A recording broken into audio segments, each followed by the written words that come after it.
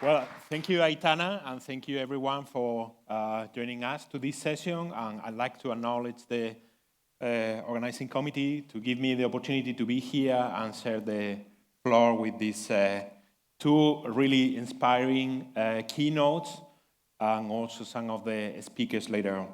So I'd like to start also saying that it's been 25 years since I've been in this very floor, because it's when I received my graduation from this school. So I think that for many of us, it's a very special moment, if you like, to be here.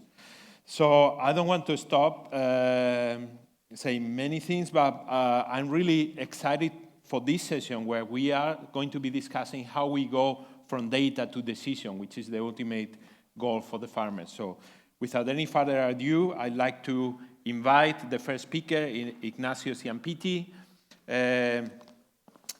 He is the professor of agronomy at the University of Purdue in the US, and also co-director of the Institute for Digital and Advanced Agricultural Systems.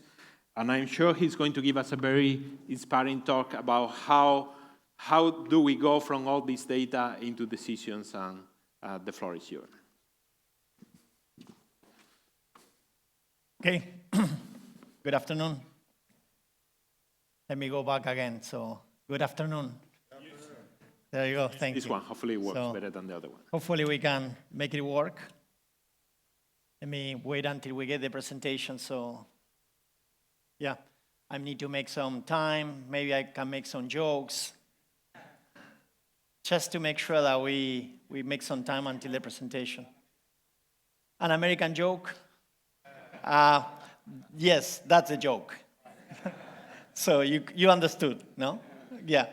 Today we are the joke. So let's wait until we get the presentation. So I'm very excited about, thanks again, Carlos, for the presentation. Thanks to Rosa and the organizers for this opportunity. I think that is, I have been working on these topics, since the last almost 20 years combined from all the time from my PhD when we start working on modeling and some decision support tools, and then now looking at training the next generation of researchers and people. So that's one of the things that we do with my lab.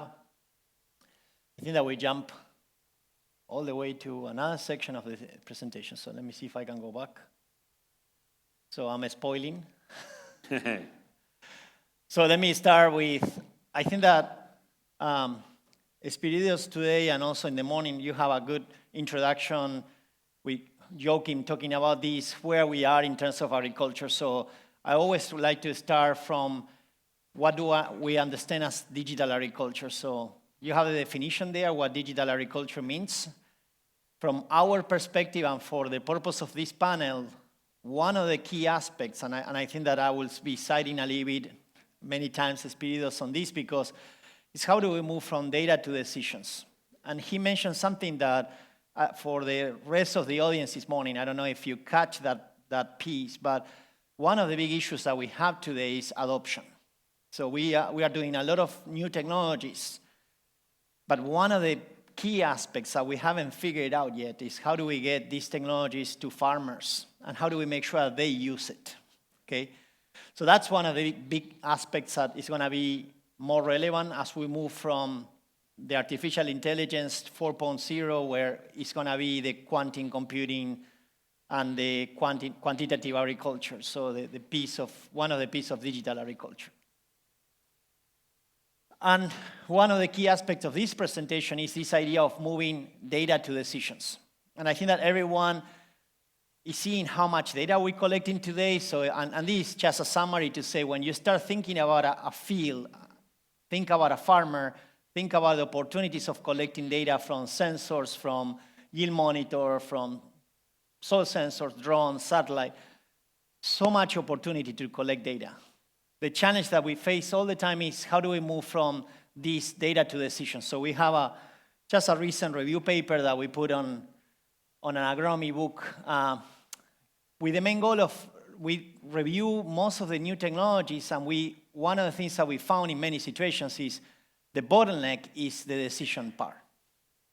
And this is where the social science really needs to help us to understand basically what are the roadblocks, why farmers are not adopting our new technologies, and what are basically the challenges of moving technology forward.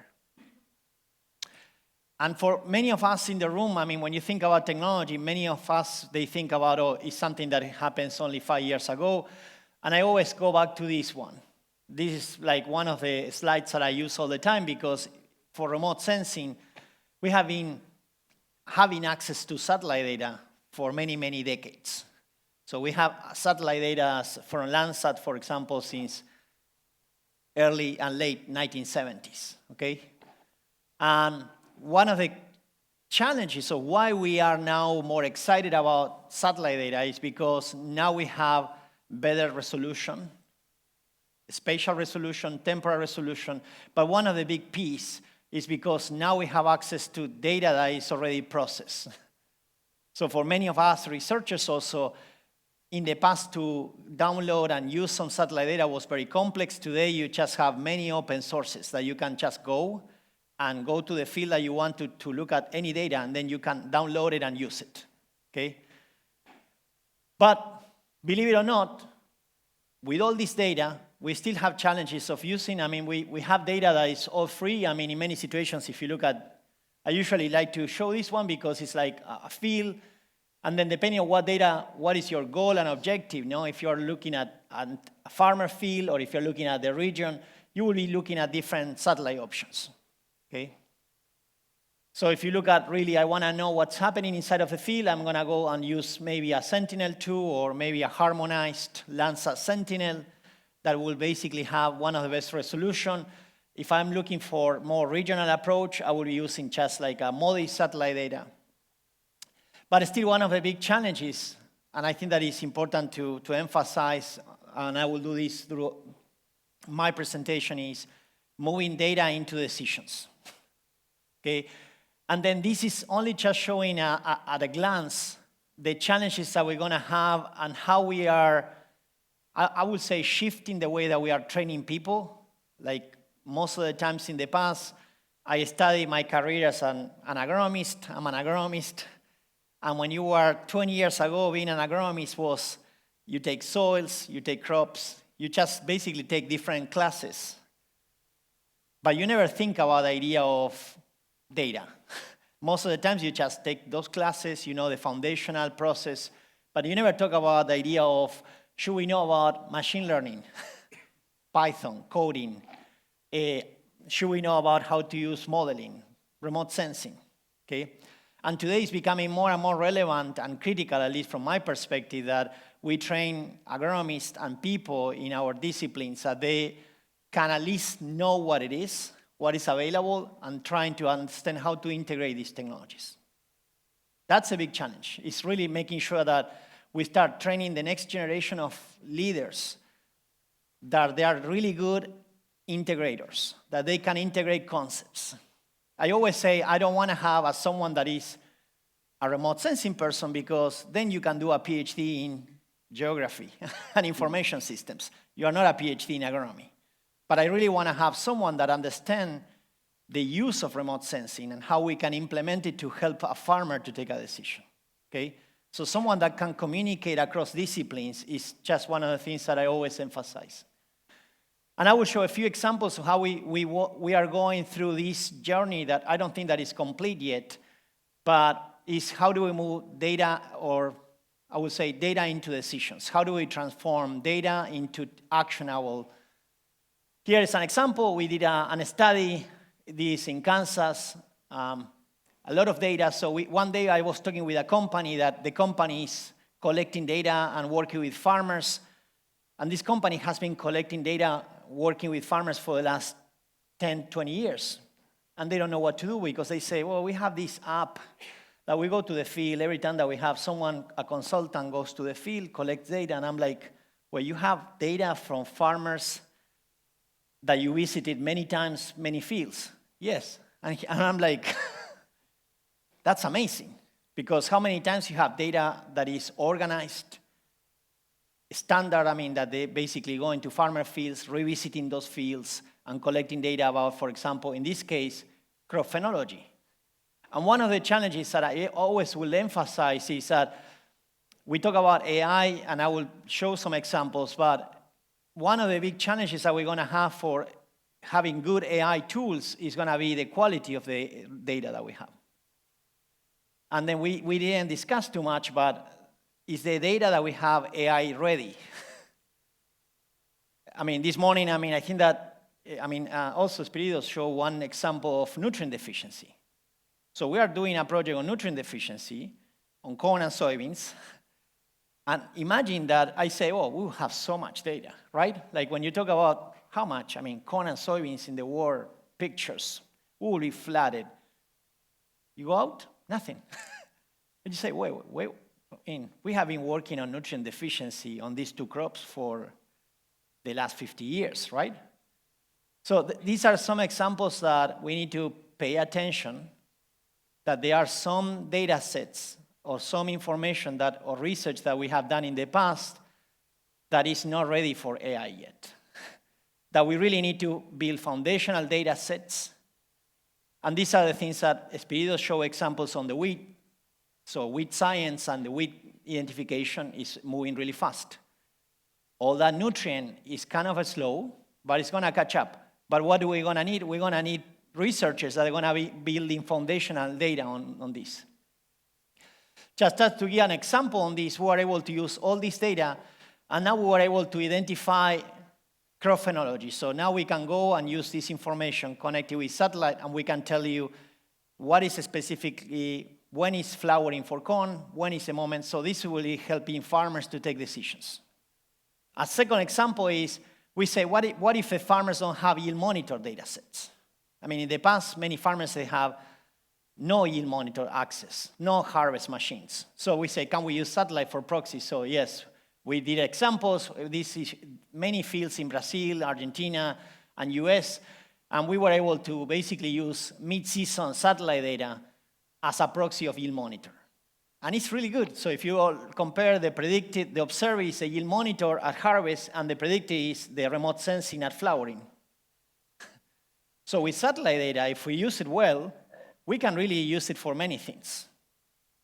The question is, how do we make it actionable? How do we make sure that we can transform that data into something that we can use now? Now we have many farmers that are saying, I want to have access to this, because if I'm buying a new field, or if I don't have any data from my field, I can have access now to 10 years of data. And I can understand, without having any information from my field, what is the variability. Because I can go back in time, I can play detective, and I can understand what happened in previous years. This was another example, just so you can see. We were working with a farmer, this in south of Brazil. We have 8 years of remote yield monitor, 8 continuous years of yield monitor, and we built this map with 8 years of yield monitor, and we did the same without having yield monitor with satellite data. So that tells you that satellite data is becoming more powerful, okay? And this doesn't mean that we are not using IoT or sensors on the ground or drones. Satellite will be as good as also what data we are collecting from the ground. Any satellite data alone is not enough. This is another project, just one student graduated last year, that we built like a yield prediction for wheat in Argentina. Yeah, Federico knows this because it's data coming from CREA. We have thousands of farmers from many years in Argentina, and we start basically saying, can we use a combination of MODIS and Sentinel? And can we start building predictions, yield prediction, forecast? And you see that what we did, Argentina is very diverse in wheat, so we have multiple regions. So there are situations that the wheat production seems to be very similar, but it's not. So one of the things that we discovered is that many of these models or satellite are good, but not good enough. So sometimes you need to be assisted or guided by using weather data from the ground. So we have many regions, for example, that by using weather information, our prediction improve. Because remember, the satellite only looks at the canopy, the biomass. So if you have, for example, like in many of these environments, we have like a late frost. And late frost basically penalizes the yield, but satellite doesn't see that. satellite will see that the crop looks good, and the yield forecast will say your crop will yield really well. So sometimes it's when we start connecting satellite data, data from the farmers, and data from weather stations, from sensors, and then you start seeing how this data integration helps you to start building much better decision tools. This is another one that is not yet published, so it's brand new, but it's something that we are doing now in the entire US. We're using a hyperspectral sensor that is not even yet in the space, but it's going to be on the space in 2 years. So it's going to be launched in a new rocket in 2 years, in 2028. But we are building the science before we have the satellite. So we are using a hyperspectral sensor. And the main idea is we are flying this sensor to start seeing, can we build a way that we can monitor nitrogen changes on fields? So imagine that you are a farmer now, and you get just now data on your cell phone or someplace that it tells you basically if your crop is deficient or not. So that's what we are doing. It's basically, and this is based on foundational models. So it's a good point. I think that Pablo mentioned this morning. We're building this type of approach based on a foundational knowledge that the plants tend to dilute nitrogen. So there is a critical dilution curve. And because of that, we can then now use that physiological concept and then make a prediction of nitrogen concentration and biomass. So we are using hyperspectral sensors to make that prediction, okay? So the other point that I think that also Spiridos mentioned this, so he kind of helped me on the presentation, and we coordinated on this. We did a lot of work also on quality. So we did last 3 years, we collected more than 400 farmer fields. We didn't do like this on a small plot. We basically we went to farmer fields and we sampled within a farmer field variability of protein and oil. And at the moment we say, can we use some way to predict protein quality or oil quality? And you say, when you talk about yield forecast, the predictions are really good, 0.7, 0.8. When you talk about quality, the predictions are not that good. But why quality is important? You start seeing now, for example, at least in the US, everyone is start talking about these basically sustainable oils. So for biofuel. So and then there are many companies now that they have questions about where are the places in the US that we can produce more oil. And then we say, well, we now have more information, so we start doing this type of a machine learning approach. We publish a paper, we use first 55 locations. We're now basically putting together an entire new paper that is using AI too, that is going through these 400 locations. And what we did is, this was the first publication that we did in Compact. And then what we are doing now is this one, which is basically start building predictions of oil and protein for the entire country. Because now we have 400 fields, now we can start looking at how we start building predictions. Most of these predictions, when we look at oil, they are close to 0.5, which is what Spiridos mentioned this morning. When you look at protein, are even lower. So protein is more challenging to predict. Oil is a little better because oil follows a little bit the yield, so we have now variability. And we know that, for example, in the central US, we have higher oil, and as we're moving out of the central US, the oil production kind of gets down. So now we identify a region in the country that if we wanted to produce more oil and start targeting for oil production, we can just do it. So we are doing many other things. Because as we mentioned before, we need to start building simple tools. This is something that we are doing, and I don't think that the animation works, but we are doing now with using cell phones. We are basically using these cell phones and taking pictures of ears of corn without opening the ears and doing yield predictions. And what we are using is now we are having farmers in fields that are using this small app that we created, and we are correcting satellite data with this. So we're using this approach as a ground truthing, as helping us to do a better yield prediction and then assisted with satellite to say, is a satellite approach helping? Can we correct the models based on these photos? So again, one of the main challenges is our production estimates in the country are still very rudimentary and prehistoric. They're really old.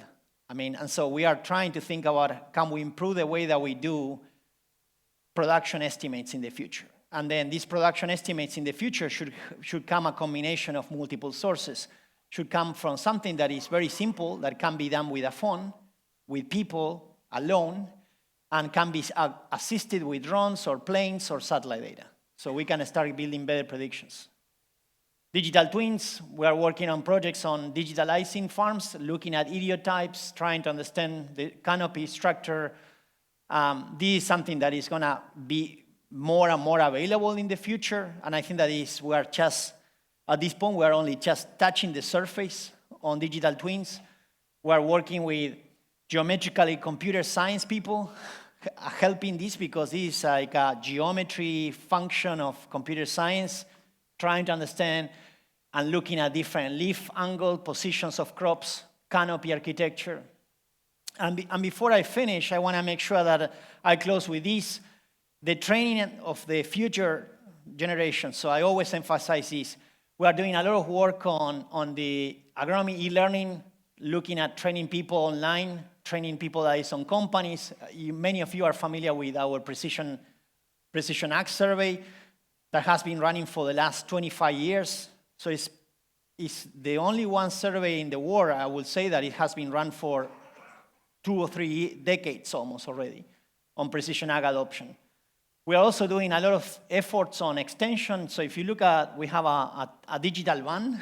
So we have a van that we put all technology, and that we have a person that is going across the state training people how to use a drone, how to use coding, how to use whatever we want to do. Is we have a digital van with people trained. We are doing a lot of efforts on 4-H with the students, with basically people in elementary schools, middle schools, high schools, really trying to emphasize the way that you change the thinking that agriculture is the next big thing is by just making sure that you train and you work with people in young ages. So if you wait all the way until the end, it's going to be too late. So unless we start talking to people in elementary schools, in middle schools, unless we start training teachers, so it's going to be too late. And just to close, to get everyone excited, this is something that we're doing on building data sets, on putting digitalization like digital tools, transforming the way that we are putting data, helping farmers. This is a shiny app. To close and to get everyone excited is, if we have 2 surveys, we have published those 2 surveys, but the beauty about this information is the following. When you talk to a farmer, we were seeing that the farmers are getting excited about the prospects of AI. So farmers, in many situations, as we have a discussion this morning, sometimes they are not the ones that all the time are going to be taking that decision, but they are excited because they need more help. The farmers, they need more help. They need to find ways to increase profits. And really, they need more help on taking decisions that are guided.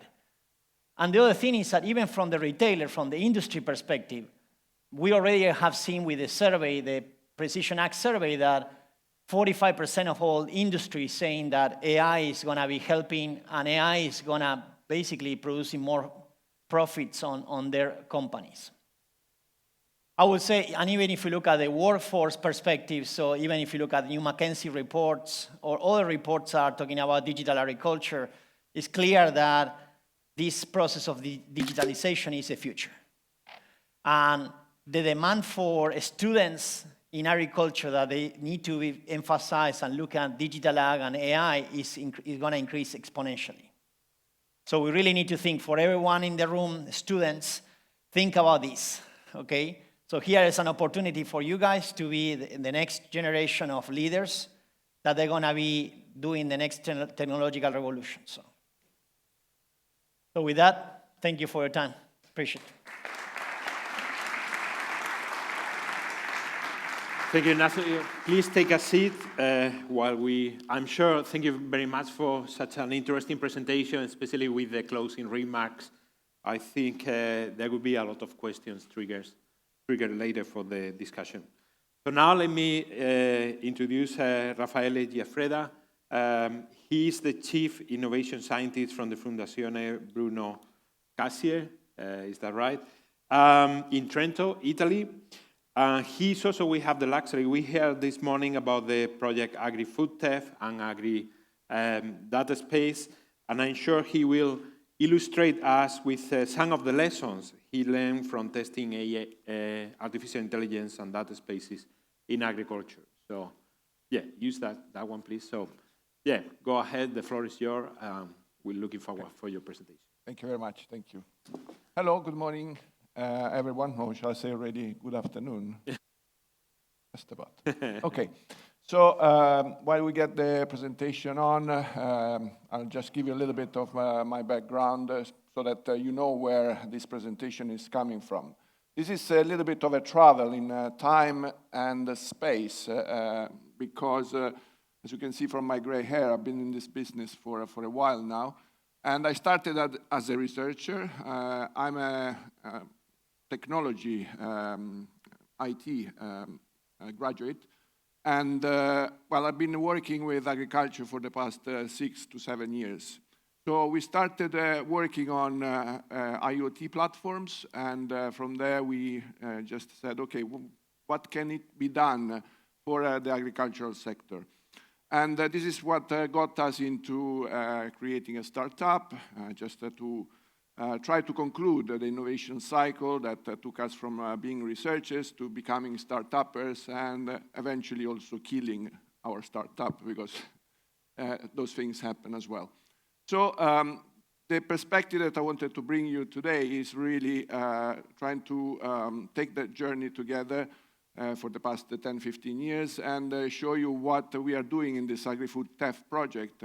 TEF stands for Testing and Experimentation Facilities, where we help companies, small companies especially, test their AI and robotic solution directly in the fields. And the fields are provided by a network of 37 partners across 9 nodes in Europe. I can go through memory until my slides appear. And so the first slide that I had was really just to show something that you probably have seen many times, which is this Gartner map, where you start from having data for monitoring purposes and then getting to prescriptive analysis. So you start by having data that allows you to monitor your problem, and then you are trying to do a little bit more assessment, trying to understand what's happening based on your collection of data, and then you're trying to predict what is going to happen until you prescribe some actions that help you prevent what was to be prevented. So through that, I think we've seen for the past 10 years an increasingly growing amount of data that is being collected with the support of more and more technologies. So we heard about satellite data becoming more and more accurate.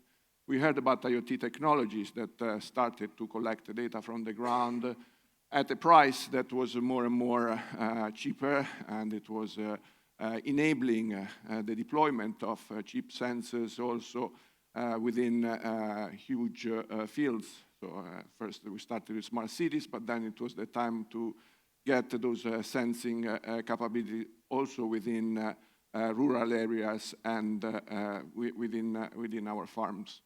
So, still I have my presentation, so I'm starting to run out of memory here. Are we getting the slides anytime soon, or I can carry on improvising and trying to coming? That's where then we started taking. There we are. Okay. Let's see how many slides have gone forward. Done that, done that, done that. So yeah, here, this was a little bit what I was talking about. The descriptive analytics. In the past decade, a lot of data interesting, a lot of new capabilities. Again, this is a slide from our dead by now startup. A lot of information coming more and more from additional knowledge from, let's say, remote satellites, remote sensing, and so on. And then trying to see, as we go through this time dimension, started to see where AI started to come in. Of course, at the beginning, there was not much use of it. You focus on platform, you're focusing on data ingestion and integration, and you're focusing on progressive integration of computer vision, deep learning. Before AI, there was deep learning, decision support systems that were enhanced through the consultation of all the data capabilities that you would have in your fields. So then we moved on to the diagnostic analytics, and there was, again, an increased amount of data. Human intelligence was still, though, in center stage. So you start using AI capabilities and deep learning capabilities to understand how to process such huge amount of data, because we as humans have got a limitation on how far and how quickly we can do that. So this was a slide which was kind of interesting for me, because while I was preparing this presentation, I went and looked at competitors' analysis of what used to be the market when we started our startup, which was 2020, and the year of COVID. And then you'll see this slide rephrased at a later stage with the hindsight that time gave us. But everybody was starting at the time with these freemium models, where you get a lot of data from satellite, free satellite data, you create an application, you provide it to the farmers. And, well, they were happy because it's a free application, and then your freemium models, if you want a little bit more, we can integrate sensors, we can enrich the data that you have, and we can start giving you support for decision making. So this is where we started also talking about the diagnostics, okay? So you start making cause-effect relationships between all the data that you're collecting, what you're seeing.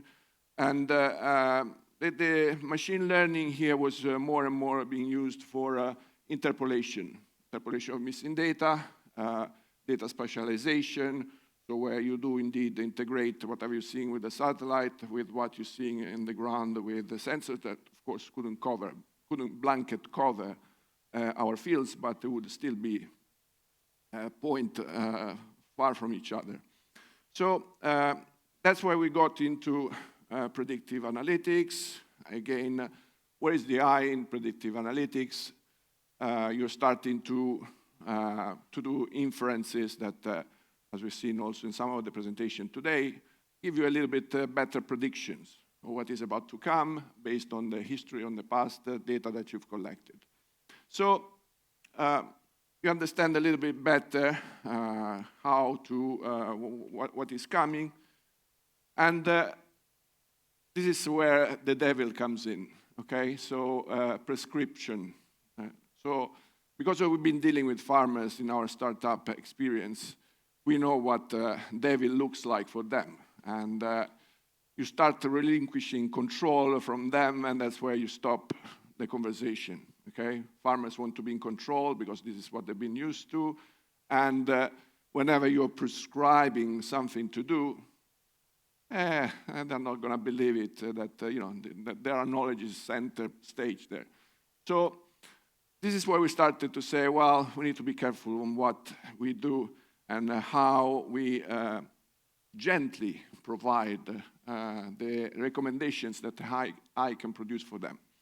So they would see this as a space invasion, a little bit suspicious interference that they would get from these instruments. So, of course, from their side, their perspective is we've got a lot at stake to delegate to a machine. think about the crop. It's like you sweat over it for a good few months, and then you hoping to make your return on investments once you ripen the rewards, once you harvest it. So this is where indeed we started to see the adoption problem, which I'll come back in a second.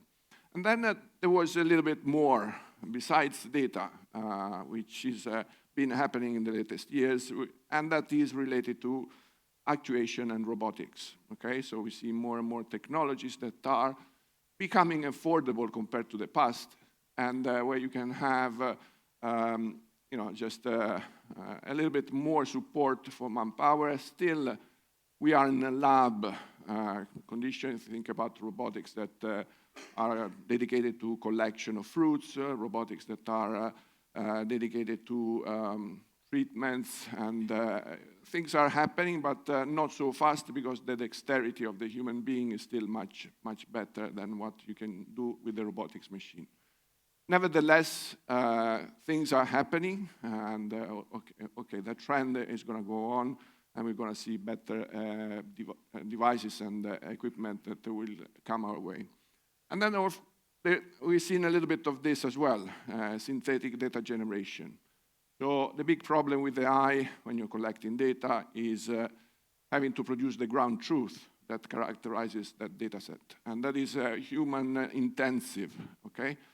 So one thing that is indeed coming up, if you are able to reproduce, as you've shown, digitally an image that represents a crop, an apple orchard, or even a video that represents the video of a rover going into a field, then you are in a position to add the ground truth yourself. So that digital twin is as real as it could possibly be, and you could say, okay, let me put 20 apples in this frame, and then you want to make sure that the algorithm that you are training on that data set comes back with the right count. Now you can change the conditions, you can change the light, you can change the different terrain, and so on and so forth. So you're starting to get something that is really powerful, if indeed it looks more and more like reality as your training instrument.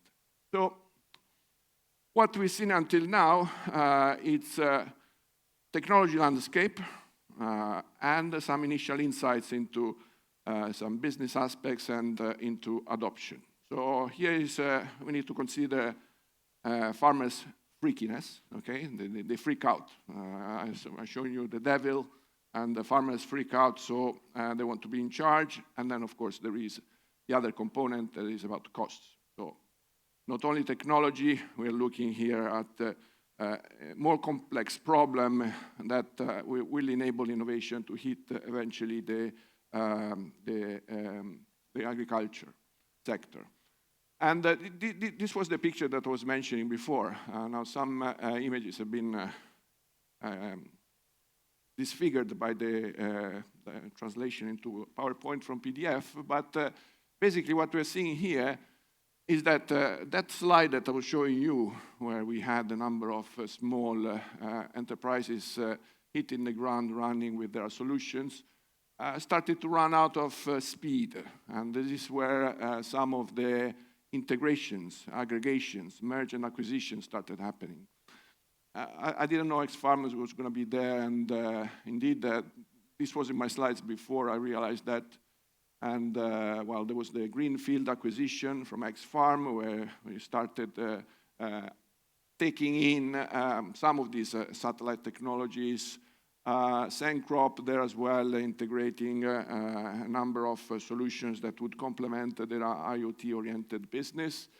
CropX, Israeli company that was indeed integrating bits and bobs coming from Pestle instrument that you don't see down there. At Italian level, Diagram, another huge aggregation that brought in software for companies together with IoT sensing capabilities, together with the producers of software for farm management. So From a cost perspective, the survivability of whoever would be the providers for the farmers started looking like that. We've seen more and more aggregation for cost efficiency purposes. So what about the issue of just convincing the farmers that this is the right path to take? So this is where we started being a little more and more concerned about having to show farmers what the solutions can do before going to sell them just with a marketing gimmick that would just engage them. So in order to show them what those things can do, then, well, you need to produce some evidence. And the farmers are such peculiar customers that, they will say no, no, no, no, no forever until the neighbor has done something that is indeed maybe showing some technology in their fields, and then they just look over the fence and say, oh, yes, that's interesting. So this is where word of mouth, we realize the works wonder. But in order for the word of mouth to work wonders, you need to make sure that whatever you're deploying is indeed robust and reliable. This is where it comes in the Agri-Food TEF project. So this is a big network. So we're talking about the 60 million euros project, duration 5 years. And what this network is doing, and by the way, University of Córdoba is one of the 37 partners, and we got a strong Spanish node. You will see some example of what the Spanish node is producing. We provide the facilities and expertise to the small companies that cannot easily afford those, okay? So this is really producing some additional services for the small companies that help them achieve that objective that we said before. So creating some robustness around their solutions, which is not only robustness in terms of take your solution from the lab and go into fields facing the fact that this is a dusty environment, the fact that you can have rain, humidity, sun, different shades, but also take on the agronomic expertise that comes with our partners. So don't only evaluate your solution from an IT and robustness point of view, but also understand what is the agronomic relevance of what is your solutions providing. So this is what we do. We test things like AI algorithms, deep learning. In many cases, we see digital models emerging, comparable to mechanistic models that just model the physics of the problem. And I want to make sure that, just in our advanced computer facilities, we can help the companies to test and validate how those models compare with the mechanistic ones. The robotics side, as I said, this is a lot still in the lab for dexterity purposes, but we help companies to make sure that they can benchmark their positioning, they can enhance the perception of their robots whenever it comes to interacting with their environment. And we do also support for actuation, some of the tasks that you will see related to helping companies understand whether the actuation is indeed well done. And then, of course, we are in the AI business. Whenever we talk about AI, you cannot distinguish it from having data. So data matters also in this context are addressed, and we are collecting all data from different experimentation with a goal of injecting as much as quality data as possible, which is well structured, which is AI ready, which can be indeed further manipulated in many different contexts, because then you are building up parallel experiments across different countries in different conditions for the same crops sometimes, and that gives you some sort of background that for training purposes becomes very, very valuable. So this is what I was referring to, providing services to help companies with the technology, providing services that helps them understand what is the regulatory background that is hitting us. So we've seen the AI Act, we've seen a lot of implications that are coming from European regulations on having to produce AI that is transparent and safe to be deployed. This is where we provide support also on the business side by engaging these partners with our business network. So here, I will not go into the details because I see I'm running a little bit out of time, but the idea is really just to help companies in these kind of domains.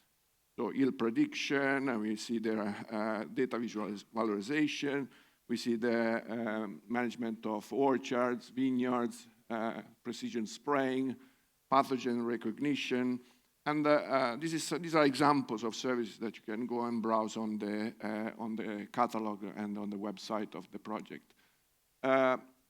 For now, we've been doing work already with more than 150 different companies across Europe, so it's quite an established way of collaborating with the companies. The SMEs don't pay for the service if not by investing some of their state aid allowance. So, because this project is funded half by the Commission and half by the member states get their return by paying us to help the companies that then declare state aid until a certain limit, and after that, of course, they have to pay. Here are some examples of what we do. This is a company that produces cameras that identify pathogens within the fields, and they want to assess how to do that in real time with AI. This is another company that produces vineyard farm management software, and what they do is, help farmers with prediction of spreading of illnesses. This is another company from the Belgian node producing solar panels for agriculture and trying to understand how the positioning of these solar panels can help improve the crops that are in between. Another test product from Polish node, the customer develops an advanced farm management system that we are helping them better evaluate. This is an example which was local here, Glimax company for precision spraying and helping them out with understanding how to best benchmark how precise the precision of those spraying systems can be. Again, another example from the Spanish node, this is Agricola.ai, autonomous rovers positioning, farm automation systems that are AI-based. There as well as some support with the services that we offer.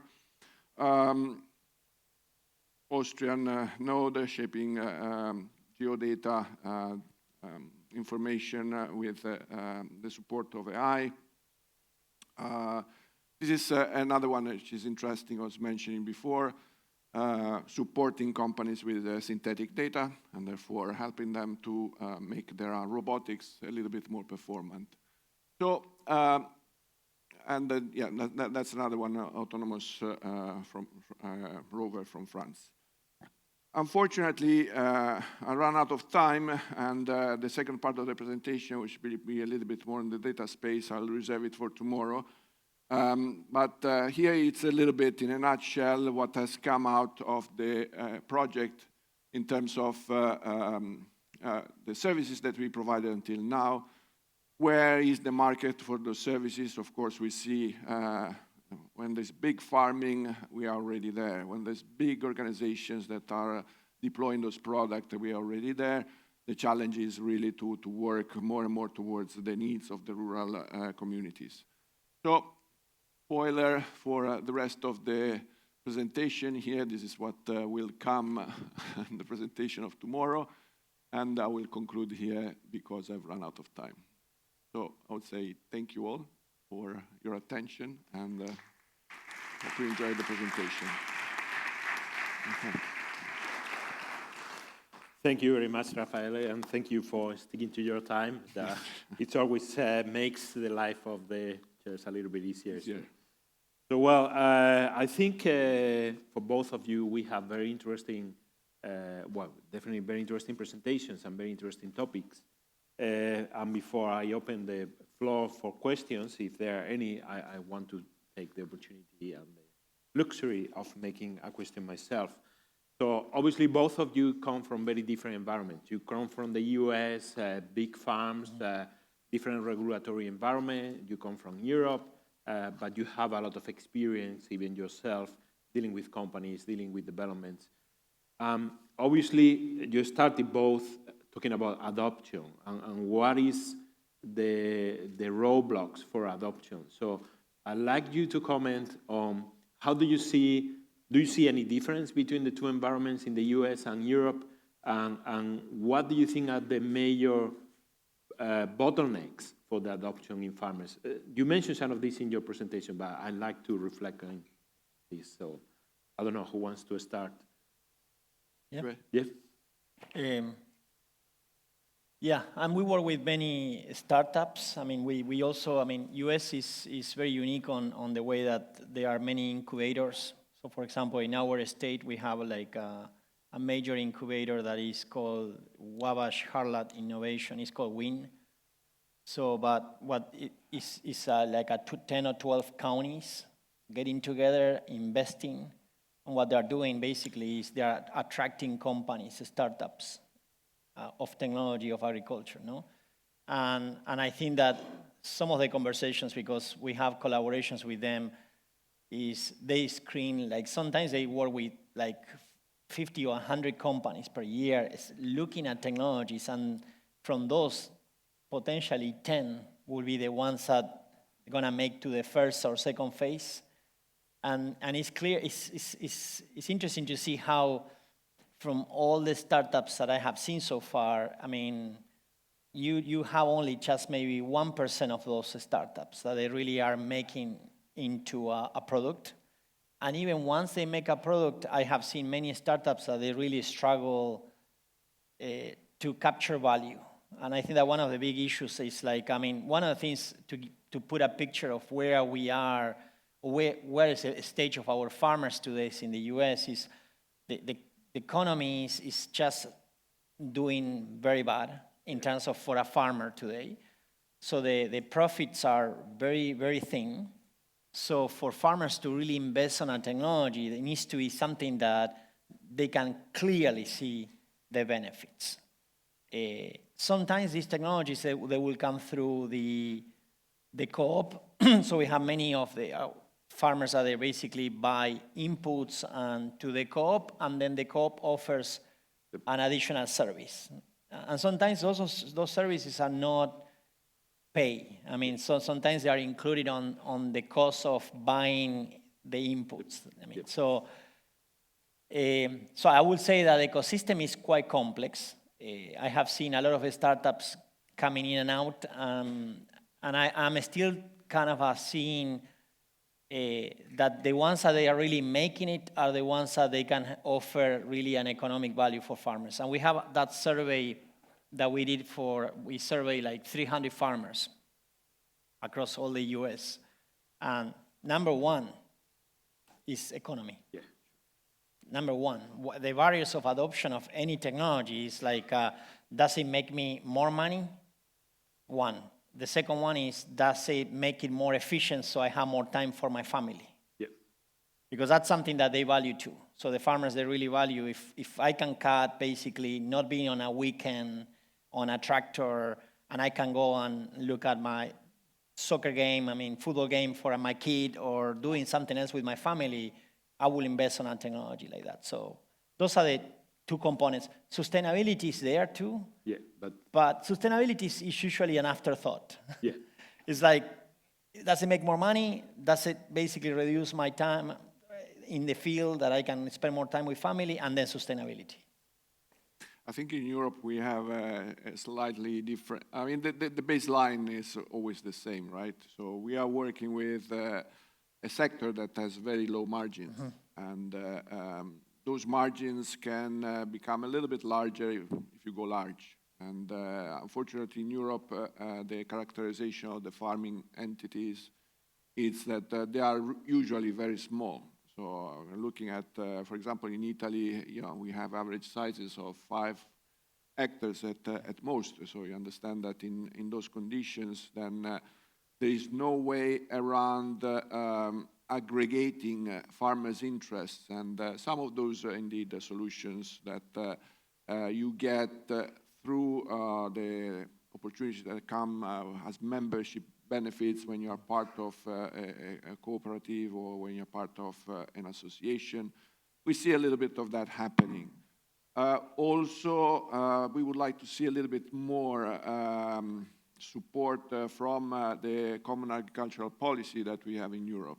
And this is something that up until now has been in the domain of, let's say, the agronomy merits or the agronomy deficiencies. So you see the common agricultural policy trying to solve the problems that are associated with businesses running out because of climate change or because of different threats that we are getting more and more. Here we are looking at integrating the digital assets or the digital capabilities into the daily operations of farmers, and this is where the low margin problems would get additional, let's say, potential input from those subsidies that are indeed an incentive to test indeed those solutions directly in the fields for farmers and see if they bring value to them. But of course, the adoption problem is one that still remains, and there's a lot of let's say, testing that needs to be done in order to show by evidence what type of return these companies can get. Yeah, no, thank you very much. So I hope we have some farmers in the room. I would really like to have some of the experience and feedback and ideas. So we have one question here.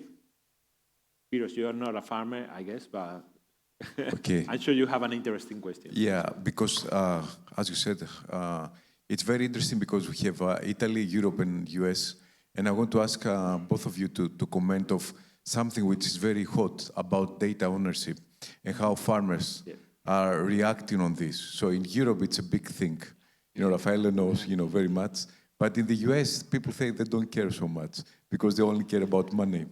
That's why which is somehow it is interesting, but is that the case? And I also want to ask, because AI is going to bring another thing that things are going to be not manageable. You said, Ignacio, with 400 samples, you can have, you know, the protein of the whole country, right? So is that okay? Are the farmers happy to know what they're going to use? The European Union is crazy about data ownership, so what do you think, both of you? I can start. I mean, I would say that in all the things that we are doing, and even on this yield protein prediction, or we have something that we're working with NASA on a yield forecast, we are not planning to show a field. So what I show on this video of field data, unless it's requested by the farmer, we're not going to show or identify a field data set. So this idea of building like a US map of variability is because we understand that one of the ways that we can help farmers to get more value is to get early. So we compete with South America on quality, and South America gets early. So we want to find a way to say, well, we are giving a chance for these farmers to, as they are harvesting, they already know exactly what is the quality of your crop. So they can go to Japan or to any other countries that you are selling your product and immediately telling them, this is the quality that I'm going to expect to have this year. But it's more about, as you know, regional, no? So that's the first point. And we are also, all the time that we're talking about, even on all the presentation, there is many organizations. There is one that is called Ag Data Transparency, ADT. that we basically have an entire regulations that we use in the work that we do with NASA on how we are using the data and how we are planning not to disclose any information. And one of the things that we're doing, and I think that is hopefully the future, is we are having farmers telling us what they want. So rather than just researchers saying, we think that the farmers need this, because we researchers are super smart. We always know what the farmers really want before they tell us. So what we are trying to do is to change that and doing like something that on the social side, I think that is co-innovation, co-creation. So, and making sure that the farmers are getting ownership on ideas and technologies. So now we develop a farmer advisory board. So these are 20 farmers from one farmer per state we have almost. And these are 20 farmers that we meet every month on this project. And they are the ones helping us and guiding us. And then we have a contract, and they're the ones telling us how they want for us to share their data. They are, once you build the trust with farmers, at least in the US, they give you everything. I mean, it happens. I mean, I get username and password from John Deere Center, and you say, I don't want this. Because they say, oh, here is all my data, and you say, no, don't send me the, and they're like, yes, username and password, and I'm like, no. You know, it's a responsibility having access to a farmer data, so we take it very seriously, but I will say that the farmers are at the point today that they're gonna care more about how in research or startups or technologies are gonna help them to become more efficient so they don't get out of business. So the question is today is more important, at least on our side, is how do I don't get out of business? How do I maintain and make sure that my family and the kids in my family will stay on the farm? So that point of data privacy is still there, data ownership is still there, but I think that if we have honesty and build the trust with farmers, they care more about, can someone help us?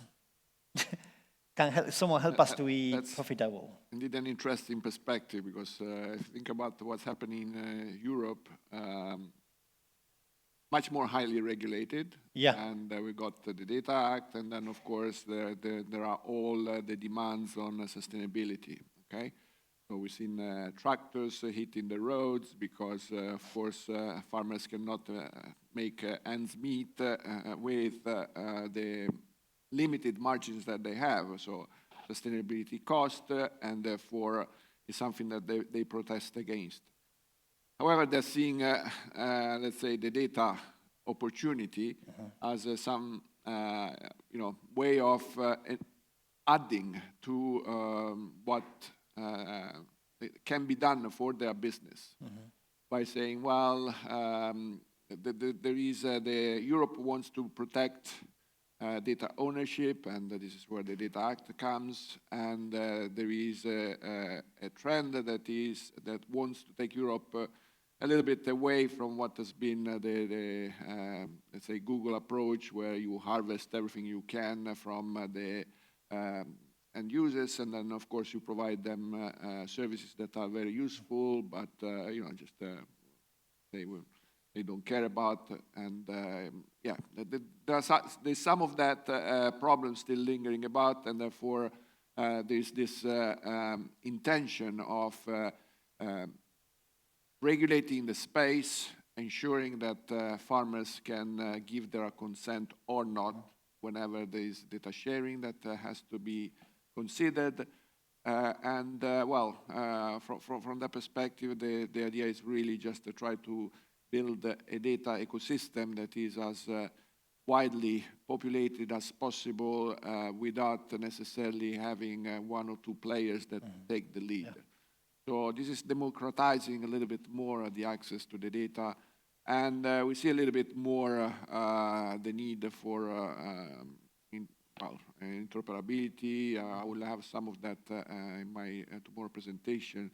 But there's this strong emphasis now on data spaces, and the strong hope from the farmers that indeed whatever happens in their fields can be used for the purposes of helping the whole sector become more sustainable, become more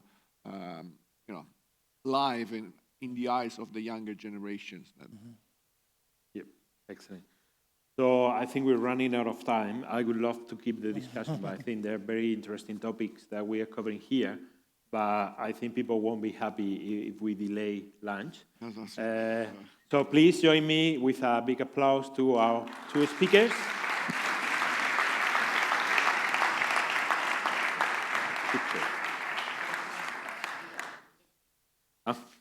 Okay, I need the middle. Thank you.